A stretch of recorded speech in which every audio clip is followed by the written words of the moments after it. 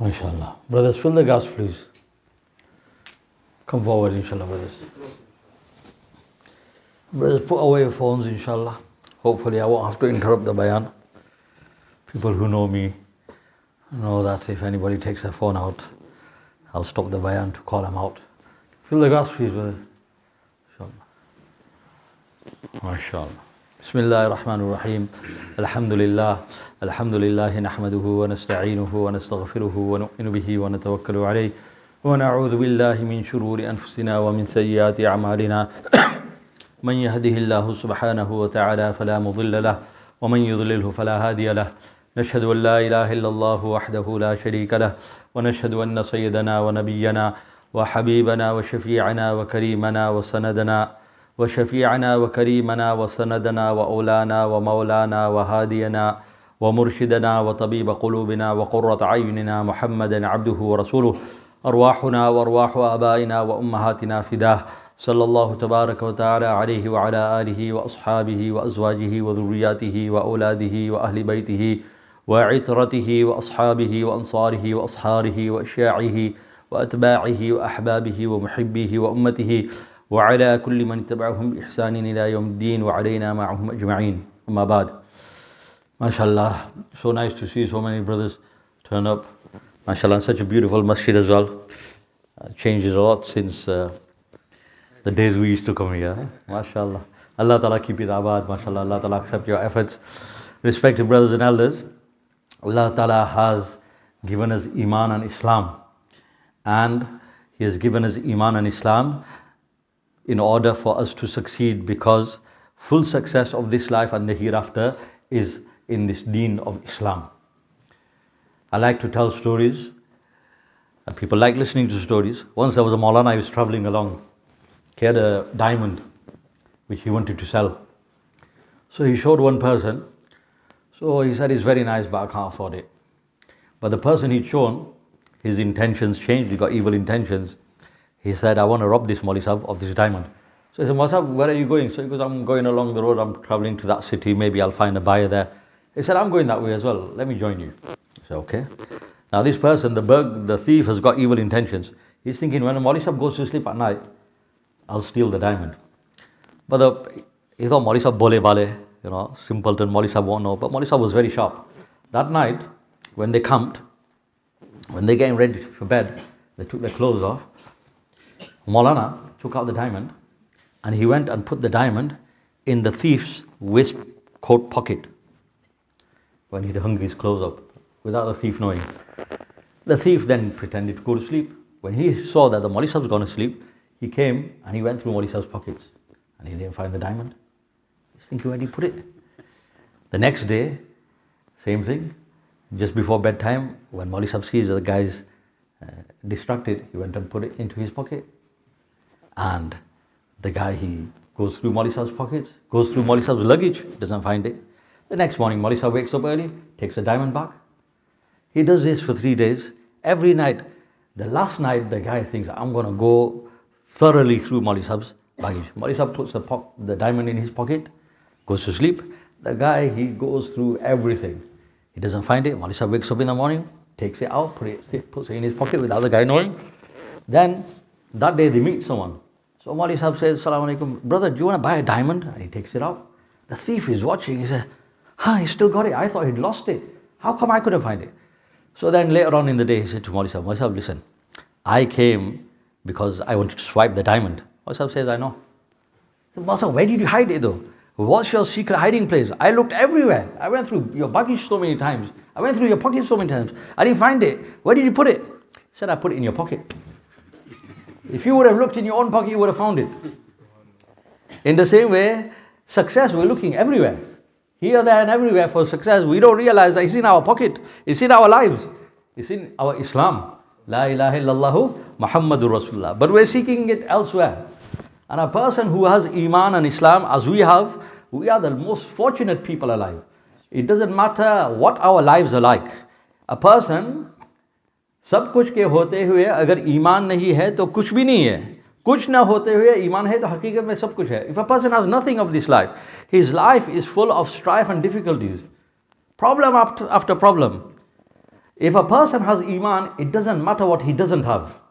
If a person doesn't have Iman, it doesn't matter what he does have. Even if his life is filled with strife and difficulty, if he has Iman and he dies with that Iman, he's the most fortunate of people. Musa alayhi salam, he saw a person, he was a mu'min, a believer, and yet his life was dire straits. Poverty, illness, problems upon problems. And then Musa alayhi salam saw a non-believer, a person who rejects Allah subhanahu wa ta'ala, and his life is honky-dory fine, plain sailing, he's got everything. So Musa alayhi salam said, Ya Allah, I don't understand your hikmat and your wisdom. This person, he not only worships you, he completely surrenders himself to you. He sacrifices his sleep, his food for you. He's worshipping you day and night, he's crying in front of you, and Ya Allah, you've kept him in such dire straits, such difficulty. And that person, he doesn't even acknowledge you, let alone worshipping you, and you've given him so much. Allah subhanahu wa ta'ala moved the veils between Musa alayhi salam and that person's abode in the hellfire. That I've given him everything in this world, but this is where he's going to be in the akhirat if he goes without Iman and Islam, without recognizing me. Musa alayhi salam says, بِعِزَّتِكَ وَجَلَالِكَ لَوْ كَانَ لَهُ مِثْلَ الدُّنْيَا وَمَا فِيهِ. If this person, whatever you've given him, if you give him more than that, if you gave him the whole world and whatever it contains, وَكَانَ مَصِيرُهُ هَذَا لَكَانَ أَشْقَى النَّاسِ. But if this is going to be his ultimate abode in the hellfire, he's the most wretched and unfortunate and the biggest loser. And on the other hand, Allah Ta'ala moves the veils between Musa alayhi salam and that mu'min's abode in Jannat.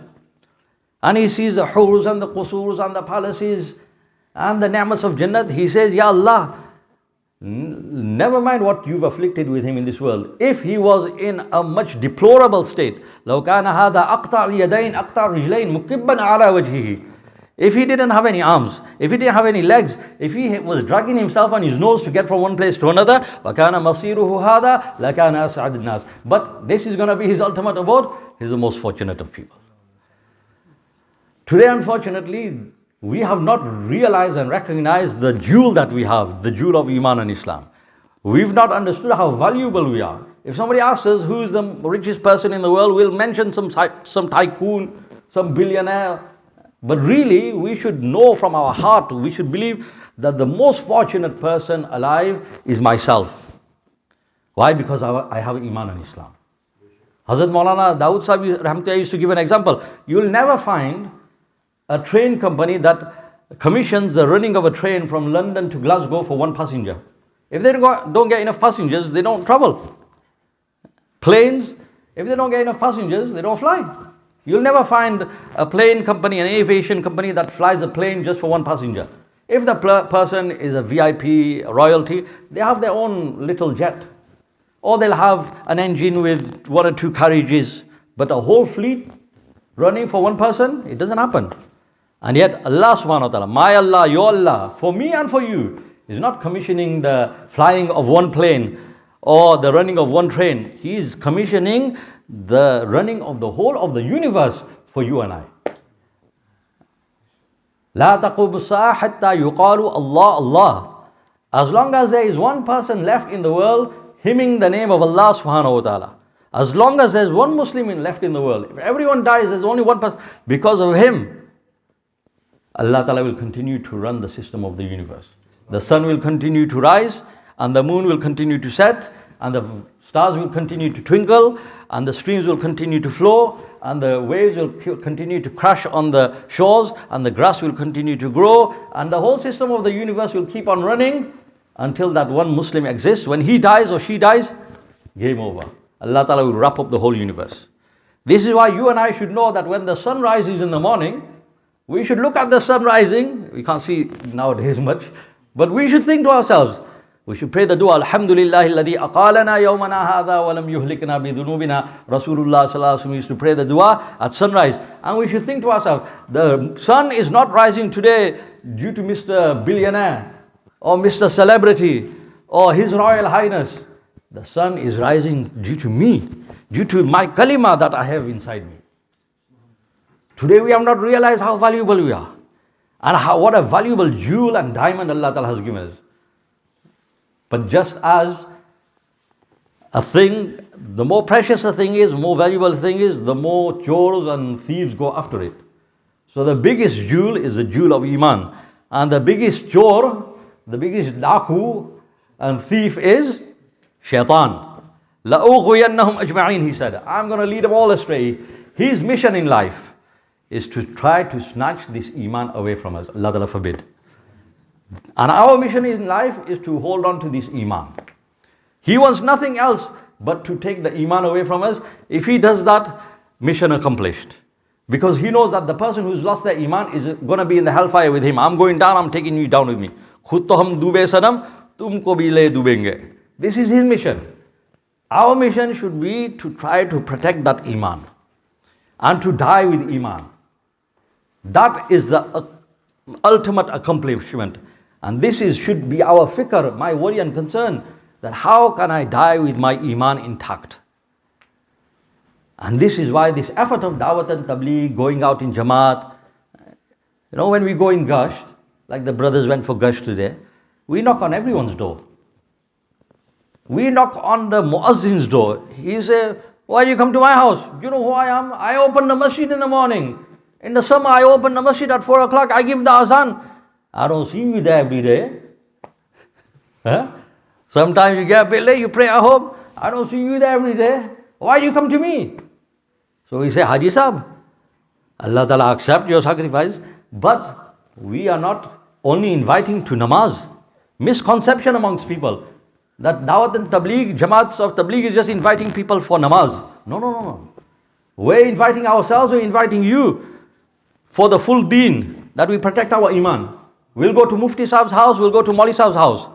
Because everyone has to make the effort, because Rasulullah sallallahu alaihi wasallam, despite being the Habib of Allah, he made the effort.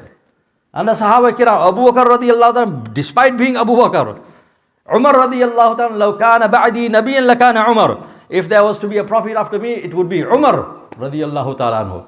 He's also making the effort. And he's crying, Allahu Akbar. Sahaba Kiram taking a blade of grass in his hand and saying, I wish I was a blade of grass. I wish, Ya layta ummi lam talidni. I wish my mother had not even given birth to me.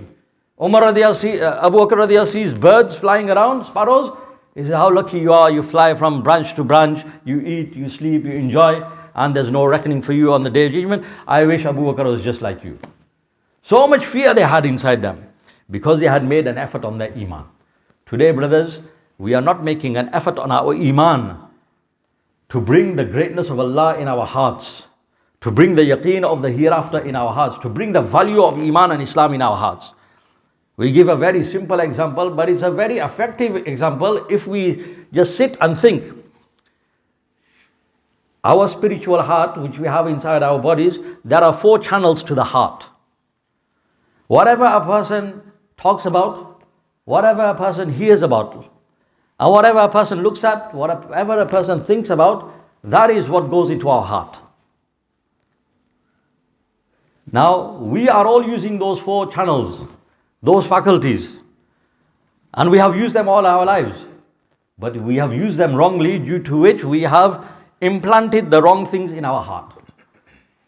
So a very simple example is that there was a little boy. His dad had a Mercedes Benz. He said to his dad, when I grow up, I want to have a Mercedes Benz. His dad said, no. Better than a Mercedes is a Bugatti. He said, really, Dad? He said, yeah. I wish I had a Bugatti. I went Umrah last year. I made dua, Allah give me Bugatti. So now this kid, he said Bugatti. He's doing zikr of Bugatti. Now his friend says to him that, I'm going to get a Ferrari. He says, Ferrari is nothing, man. Bugatti. His friend gets into an argument with him. Bugatti, Ferrari. They get into a fight. His friend punches him. He gets a black eye for the Bugatti. He doesn't even have a Bugatti, and he's got a black eye. Now he's always Bugatti, because he's speaking it. He's telling his friends, 0 to 60 in 3 seconds. And all the fazail, all the virtues of Bugatti he's talking about. So what's happening? The Bugatti is going into his heart. Then when he comes home from school, whenever he gets an opportunity, he clicks on, watches the videos. So when he's watching the videos, via the eyes and his ears, the Bugatti is going in. All day he's talking about it, he's looking at it, he's hearing about it. So what does he think about when he's in class? Bugatti. Daydreaming about the Bugatti. What does he think about when he's falling asleep at night, when his mum tucks him into bed? Bugatti. And because he's thinking all day and at bedtime he's thinking about Bugatti, guess what he dreams about when he falls asleep? Bugatti. I think there's some people in the audience who can relate to this, huh? So now he's seeing himself with one hand on the steering wheel, with the windows down, driving a Bugatti. Down Accrington Road. So now, and because of this, he has a mission. So he works hard in school, works really hard in college, gets to university, passes with a first-class degree, and then he gets a job, and now he's climbing the ladder, the corporate ladder, until eventually he secures a high post with a fat salary. He works really hard. Eventually, with his efforts and his du'as, Allah Ta'ala gives him a Bugatti. Now he's got I was going to say beautiful, but orange Bugatti, so it can't be beautiful, can it? He's got an orange Bugatti now. He thinks, I'm a made man, successful. So he goes and parks it one day outside his house. Somebody's walking past and sees it. Huh? Bugatti? How come this guy's got a Bugatti? I work hard as well, I've only got Corolla. So he gets a sharp object, and out of jealousy he scratches a Bugatti from end to end. Deep scratch. When this guy, he comes and he sees the scratch on the Bugatti, he will fall to his knees and he'll cry like a baby. Why? Because the person who scratched the Bugatti didn't scratch the car. What did he scratch? He scratched his heart. Because long before the Bugatti was even ever parked outside his house, it was already parked inside his heart years before. You understand? A beautiful, simple example from our elders. But it's very true. Now I also have Bugatti in my heart, you also have Bugattis in your heart. But you might be like me, not into cars. So you say, I've not got Bugatti in my heart. Not everyone's Bugatti is a Bugatti. Everyone's Bugatti is different. Somebody's shop is his Bugatti. For somebody, money is their Bugatti. Cash is king. For somebody, it's his children. Somebody is his wife. Everyone's got different things. Meaning, whatever we have used these four faculties, four channels for, we have implanted in our hearts. And we all need to assess ourselves and think, what have I got in my heart? It's very easy for all of us to say, I'm a Muslim, Allahu Akbar, Nare Takbir. But it's on the tongue. What is actually inside my heart? It is for each of us to assess. That what have I actually planted in my heart? And if that is the case, that I don't have Allah in my heart, true love of Allah in my heart, then I need to make an effort.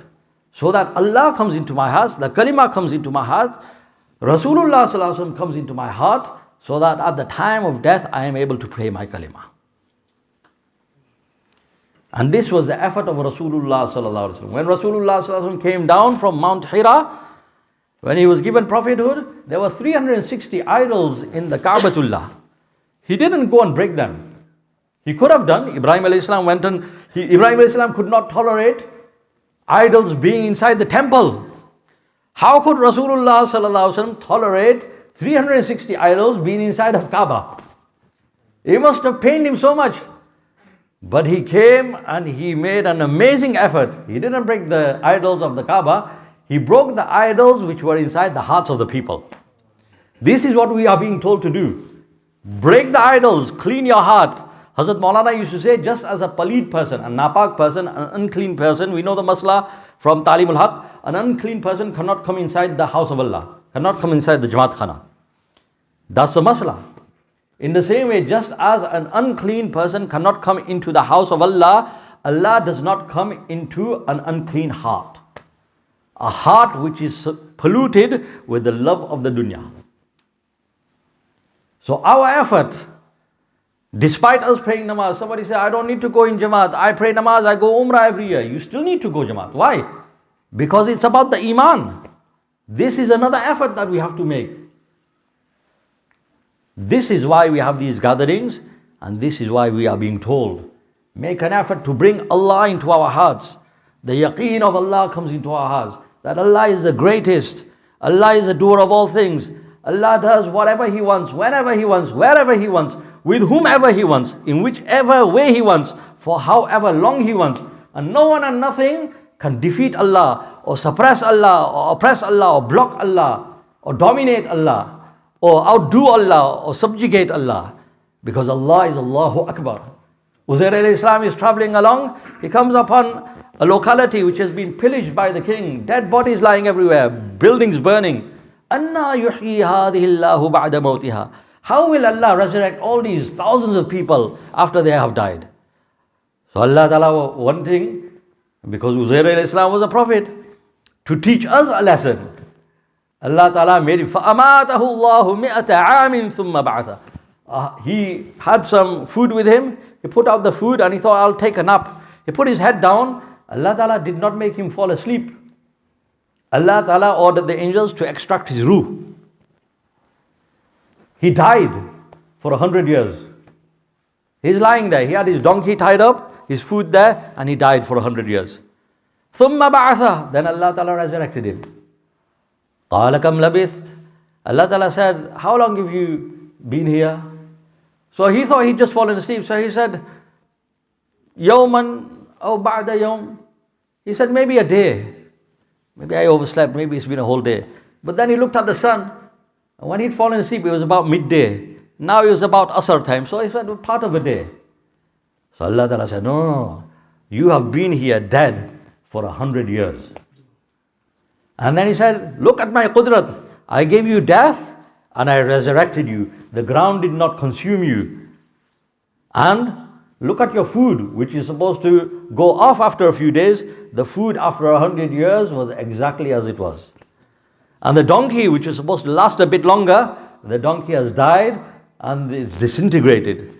And then Allah Ta'ala says, look, just as I have resurrected you, وَانظُرْ إِلَىٰ حِمَارِكَ. Look at your donkey, how I resurrected. And then in front of Uzair alayhi salam's eyes, the bones came together, the dust particles turned into bones, and the bones came together, and the flesh and the meat came on it, and it came alive in front of Uzair alayhi salam.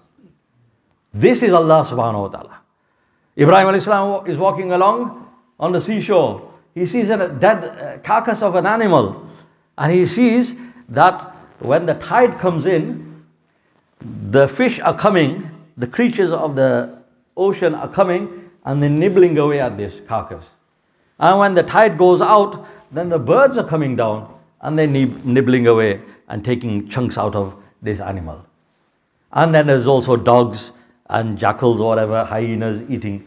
So Ibrahim alayhi salam thought to himself, Allahu Akbar, this one animal is being dispersed in the sea, in the air, in the ground, in the stomachs of so many animals and fish and birds.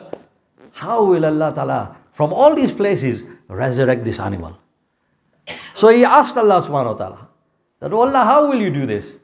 Awalam tu'min? Do you not believe? Ya Allah, I believe. I know you're the resurrector. But I want contentment. I want to see it for myself. Allah Ta'ala said, take 4 birds. In the Quran we read this. Allah Ta'ala again and again in the Quran has given so many examples. Every ayat almost that you read, at the end of it, Allah Ta'ala introduces Himself to us in order to increase our iman. Provided we read it. We don't have time to read it. So He said, take 4 birds and then make them your pets until they become acquainted with you. And so when you call them, they come to you. So he had a pigeon and a parrot and 4 kinds of birds, and then he'd call them and they'd come and sit, perch on his finger. Then when he'd done that, then Allah Ta'ala said, now slay them and take off their feathers, take their meat and then mince the meat and mix the meat. Minced it and mixed it as well. Then he said, go and put the mixed minced meat of the 4 birds on 4 different hilltops. And he threw the feathers down on the ground, the bones down on the ground, mixed bones, mixed feathers. And then he went into the valley and he called the first bird, and from there, from east and south and north, from all the 4 sides, the pieces of meat started flying until by the time the bird had come and perched on his finger, it was exactly as it was before it had died. This is our Allah. When we will talk in this manner and listen in this manner, what will happen? The Bugatti will be towed out of the heart and Allah will come into our hearts. This is the effort that all of us need to make. And when we will make that effort, one alim, he says, for 20 years I made effort on my salat. One is the salat that I pray, up and down, touch the ground, up and down, kiss the ground, turn around and back to town. Coming for Asr namaz, the wife says, are you going to eat when you come back? No. Start frying them, I'll be back. I'll pray, go for Maghrib namaz, I'll pray sunnahs when I get back home. I'll pray sunnahs on the way home. What's up? That's my namaz. And the people of Allah who found that relish, who had Allah in their hearts, they prayed namaz. Abu Rayhana radiallahu ta'ala came back after a journey. It's so difficult for us now to even understand these stories. Sometimes people object, where do you get these stories from? Why are you making fairy tales up? No, they're not fairy tales. They're well documented, historical, ahadith of Rasulullah sallallahu alaihi wasallam, of the Sahaba Kiram, accounts. Abu Rayhana comes back after a journey. After a long period, he's been absent from his wife. His wife has decorated, adorned herself. He has a yearning for his wife. A wife has the yearning for him. He comes into the room, there's perfume, there's beauty.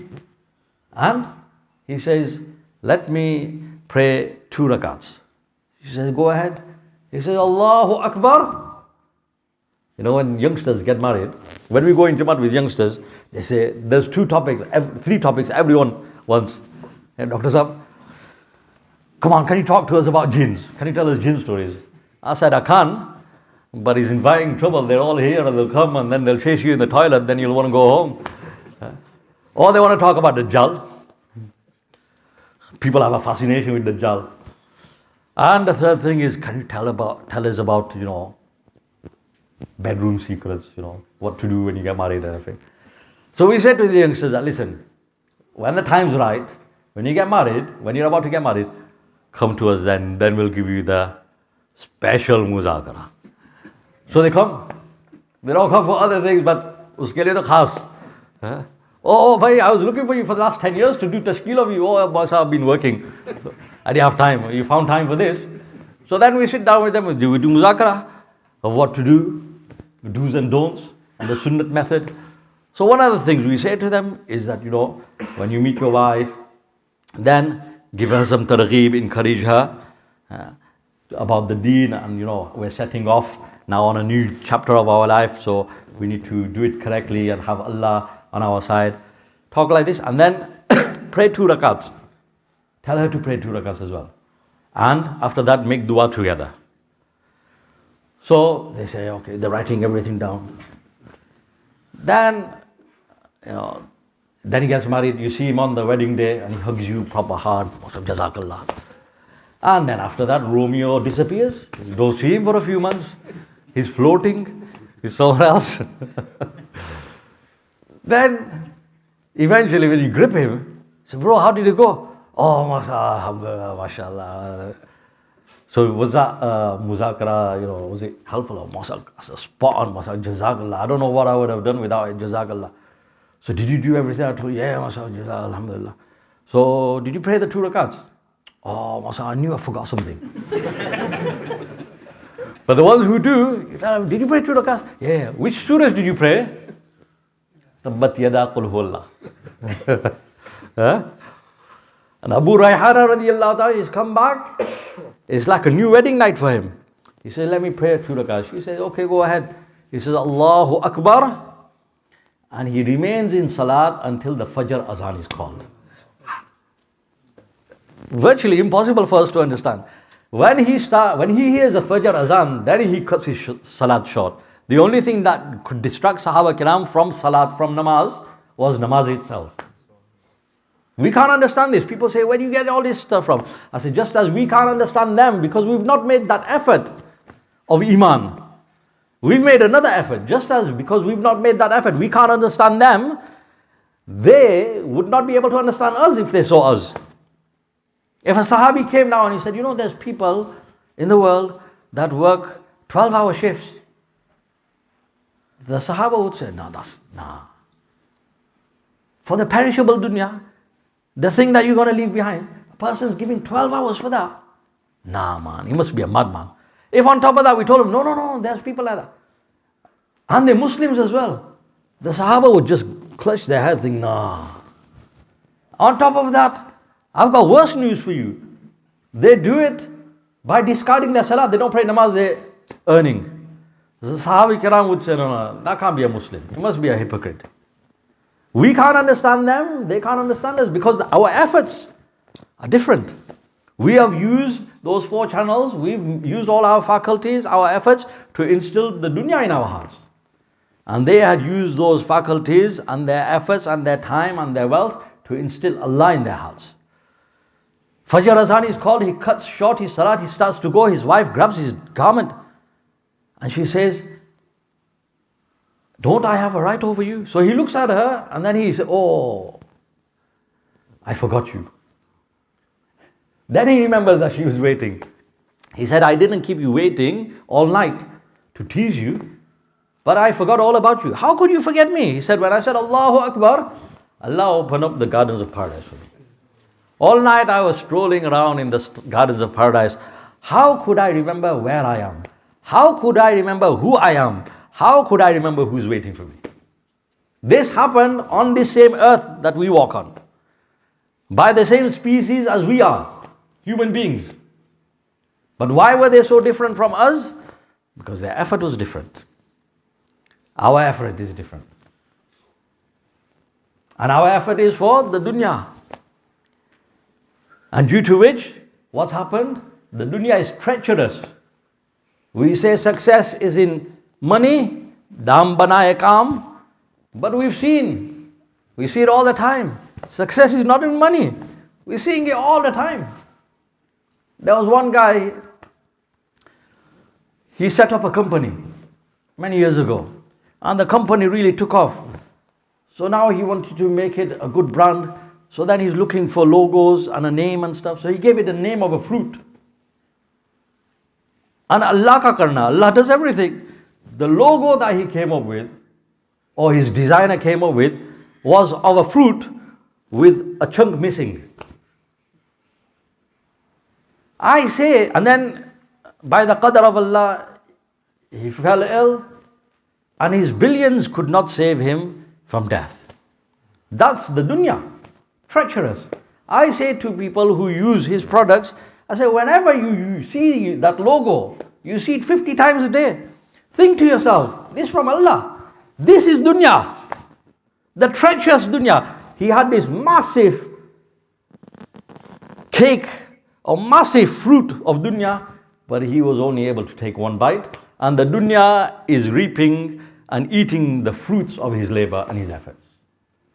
This is what will happen to you if you're not careful. If you're chasing the dunya will evade you. Allah is not treacherous. Rasulullah Sallallahu Alaihi Wasallam is not treacherous, but dunya is treacherous. Allah will never abandon you. But dunya is abandoning people, backstabbing people, robbing people, and it will continue to do so. But because we're blind to all that, we look at people of dunya and we think, Ya Allah, mujhe aisa bana de. I wish I was just like him. No, you don't know the inside story. A person who chases the dunya at the expense of his akhirat, at the expense of his deen, what happens to him? The first punishment that comes from Allah subhanahu wa ta'ala upon a person who discards the commands of Allah subhanahu wa ta'ala. Allah ta'ala puts a punishment, inflicts that person with a punishment, whether they are Muslim or non-Muslim. Especially a Muslim. That, oh Muslim, you should know better. You went to madrasa. Your parents taught you good stuff. Your mawlis have made an effort on you. You should know better. Allah Ta'ala's anger inflicts a punishment on that person. What's the first punishment? We're trivial, you see. We're petty. What do? We give to somebody. When he's our mate.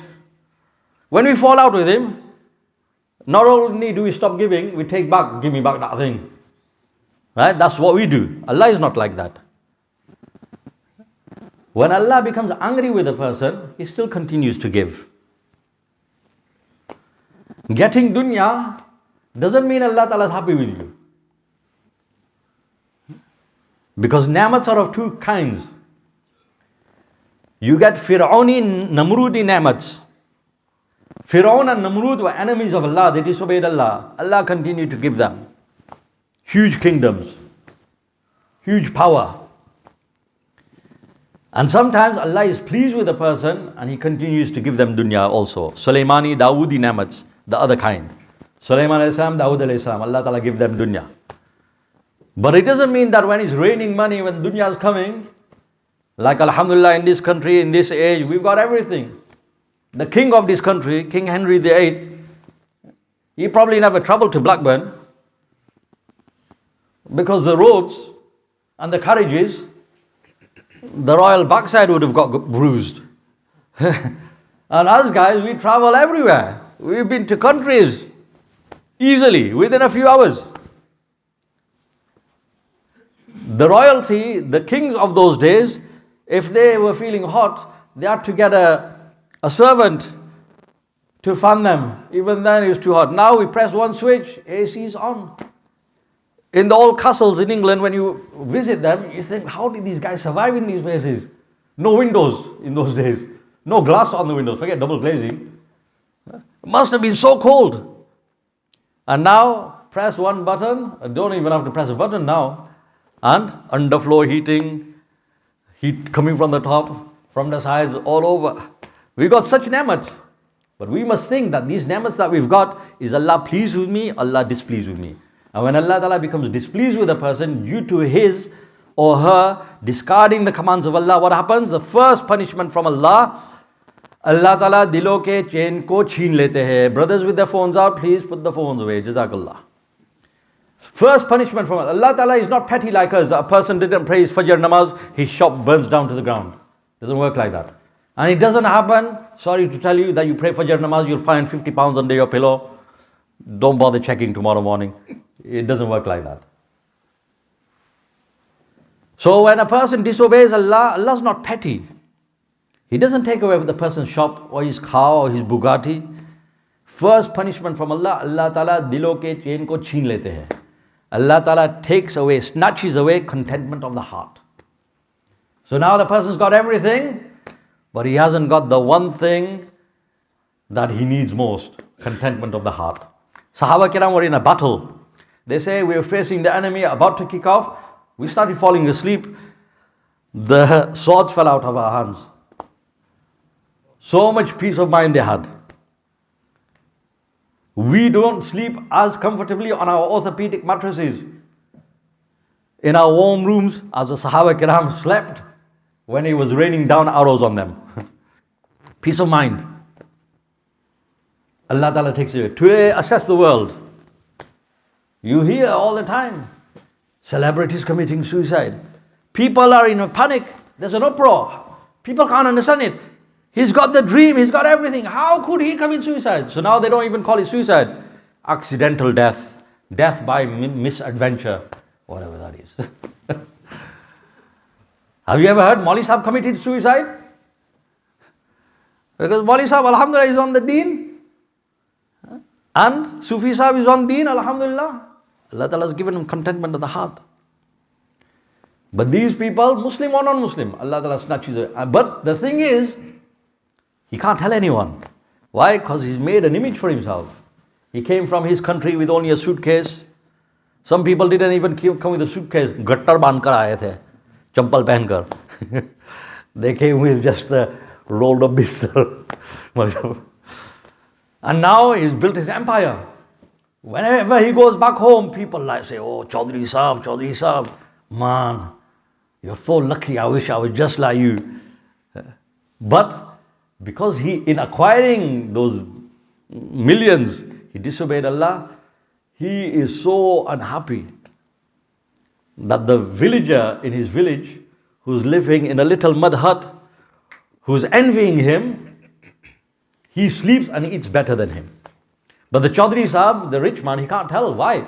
Because people just laugh at him. We thought you worked 40 years for this.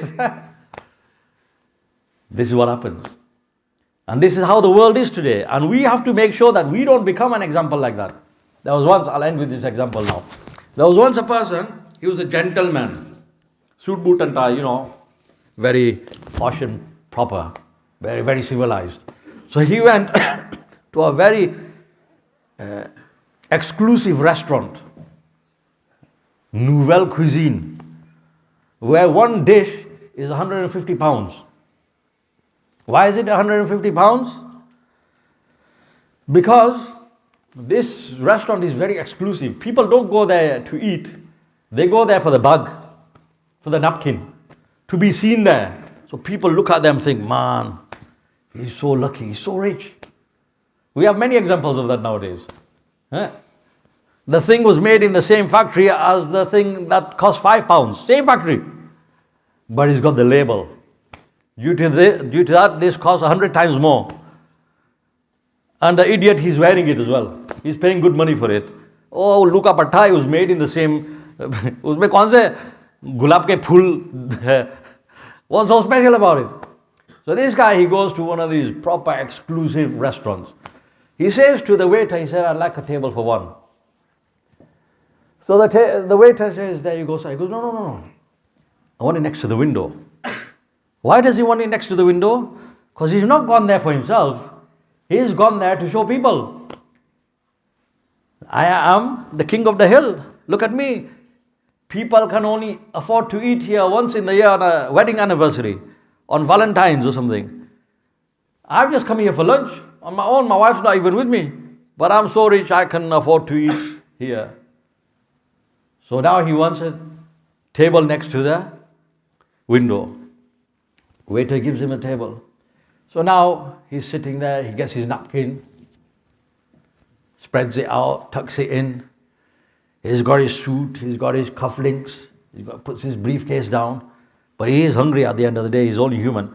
So he looks at the menu and he orders a chicken tikka masala, for example. So when the chicken tikka masala comes, he is so civilized, he can't possibly eat with his hands. That would be very native, backward, isn't it? What will people say? So he has to eat with fork and knife. So he takes the fork and the knife, he cuts the chicken, but then his eye falls upon half a tomato. He's starving, and you know that in a curry, when there's a tomato glistening, that's being cooked, it's calling out to you, eat me, eat me. So he thinks, yeah, and he punctures it with his fork. If he had eaten according to the sunnah, as soon as he touched it, he would know it's hot. When he squeezed it, he'd know it's even hotter. But now he's a gentleman, he can't eat with his hands, and punches it and he puts it into his mouth.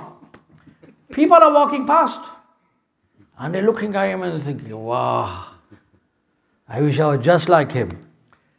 Now you and I know that when tomato is cooked in a curry, the hot oil permeates into the tomato, and when you bite it, it shoots out. He puts it in his mouth and he bites it, and the hot oil shoots out and burns his tongue and his palate. Now if you and I were there, I just spit it out. He can't possibly do that, he's a gentleman. Or I would go, he can't do that, he's a gentleman. So what does he do? He just freezes. Na ugal sakta hai, na nigal sakta hai. He can't swallow it, it's too hard. He can't spit it out, he's too civilized. Na keh sakta hai, na sah sakta. He can't tell people, he can't tell the waiter, he can't tell the people going past, I'm in trouble. They'll think, we thought you're king of the hill. And he can't take it as well. Na phook sakta hai, na thuk sakta hai. He can't do any of that, he's a gentleman. What does he do? He just sits there like a baboon. In so much pain, sweating away. And all the while, people are walking past, looking at him, thinking, Ya Allah, I wish I was just like him. Uski to badi shaan hai. Nahi, wo to pareshaan hai. He's so lucky. No, he's on fire, man. But he can't tell you. This is the example of the people of the dunya who have discarded their deen. Allah Ta'ala has turned their life upside down. But people are just looking at their beautiful trophy wife and their house and their job and their Bugatti and thinking, Ya Allah, make me just like him. No, no, no, no, no. Ya Allah, make me just like the Sahaba Kiram. Make me like Rasulullah sallallahu alaihi wasallam, because these are the people who succeeded in this world and the hereafter. So brothers, we hear the talks, alhamdulillah, from the ulama kiram, from our elders. Alhamdulillah, every week gush takes place, the bayan takes place here. We've heard the talks. But it's not enough to just hear and to say, inshallah. We have to become people of action. And the time to do it is now. Not inshallah next year. You know, many places I go to, I say, you know what, I came here last year. People start looking at each other. It's been a year already. They come to me, Masa, one place I went, I said, 3 years I've been coming here. Masa. And I told them, I said, 3 years ago when I came here, I gave this example. They said, Masa, I remember.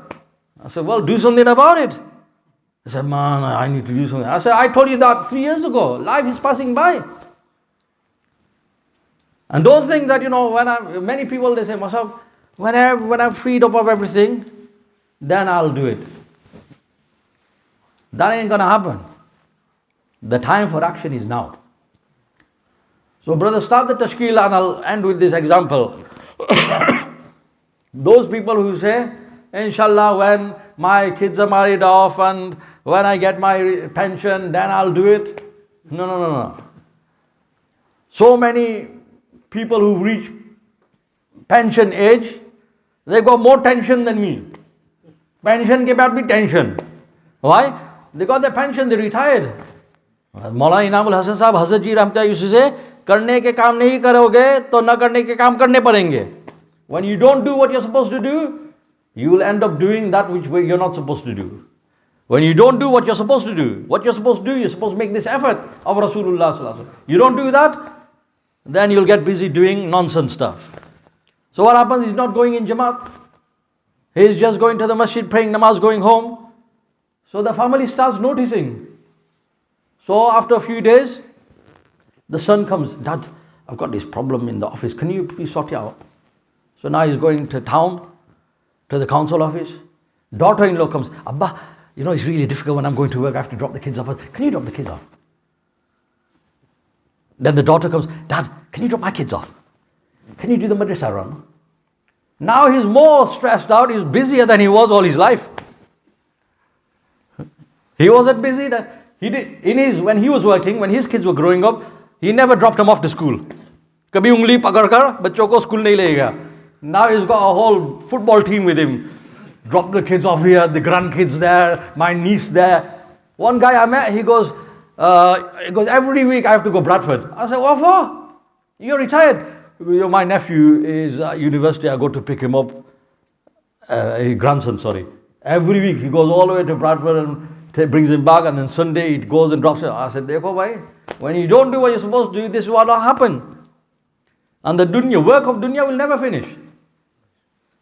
One final example. One Maulvi Sahib, he went and joined a community, started doing imamat there, encouraging people to come for namaz, to go out in the path of Allah. They said, we're too busy, inshallah, inshallah, inshallah. So one day there was a river near the masjid. He went and sat at the river. People started noticing, Maulvi Sahib just sitting there by the river. What's wrong? People collected around him. They said, Maulvi Sahib, what are you doing? He said, I'm waiting for the river to pass. Once it passes, then I'll cross. And Maulvi Sahib, you can sit here till Qiyamah, the river will never pass. It'll continue coming, flowing. He said, this is what I'm trying to tell you people as well. Dunya ke kaam to aate rahenge. Dunya will keep on coming. The duties of the dunya will never stop. They said, Maulvi Sahib, the river is never going to stop. You have to find your own means of getting over it. There's a bridge, there's a boat. He said, in the same way, I'm telling you as well. The dunya will continue coming. You have to find your own transport, means and modes of getting to Allah subhanahu wa ta'ala, of crossing the dunya.